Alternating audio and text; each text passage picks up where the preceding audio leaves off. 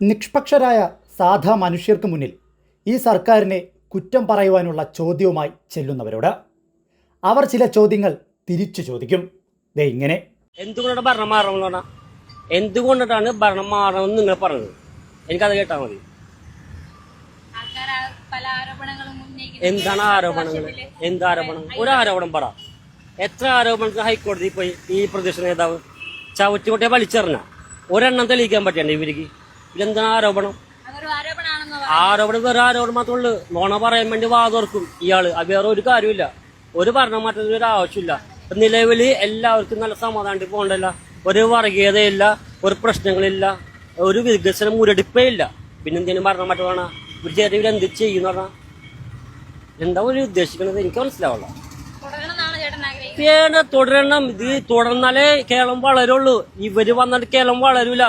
അങ്ങനെ ഇവര് ഭരിച്ച സംസ്ഥാനങ്ങളിലൊക്കെ എന്താണ് ഇവര് വളർച്ചയായിട്ടാണ് ഇവര് പ്രതിപക്ഷത്തിരിക്കണ? കോൺഗ്രസ് ഭരിച്ച സംസ്ഥാനങ്ങളിൽ ഇവര് പ്രതിപക്ഷത്തിരിക്കാൻ കാരണം എന്താണ്? അവിടെ വളർച്ച മുരടിപ്പുണ്ടായിട്ടാണ്. അവിടെ 158 വർഷമായി കോൺഗ്രസ് രൂപീകരിച്ചിട്ട്. ഇന്ന് എത്ര സംസ്ഥാനങ്ങളുണ്ട്? ഇവര് 3 സംസ്ഥാനങ്ങളിലല്ല ആകെ. ഇതെന്താണ് ഭരിച്ചിട്ട് കാണിച്ചു കിട്ടിയത്? ഈ സർക്കാർ തന്നെ വീണ്ടും തുടർന്നാണ് ജനങ്ങളുടെ ആഗ്രഹമാണ്. എന്റെ അല്ല, ജനങ്ങളുടെ ആഗ്രഹം. അത് തുടർന്ന് കൊണ്ടുപോകും. എത്ര വ്യക്തവും കൃത്യവുമായ ചോദ്യങ്ങളും മറുപടികളുമാണ് ആ ഓട്ടോ തൊഴിലാളിയായ ചേട്ടൻ പറഞ്ഞത്. എല്ലാ മനുഷ്യരെയും പറ്റിക്കാൻ പറ്റില്ല. കണ്ടില്ലേ ചോദ്യം ചോദിക്കാൻ ചെന്ന വ്യക്തിയോട് തിരിച്ചുള്ള ചോദ്യങ്ങൾ. അതിന് ചോദ്യകർത്താവായി വിട്ട PR വ്യക്തിക്ക് ഉത്തരവുമില്ല. കൃത്യവും വ്യക്തവുമായി സർക്കാർ ചെയ്യുന്ന പ്രവൃത്തികളെ അവർ വിലയിരുത്തുന്നുണ്ട്. സമാധാനമായി ജീവിക്കാൻ കഴിയുന്ന സാഹചര്യവും അവർക്ക് അനുഭവവുമാണ്.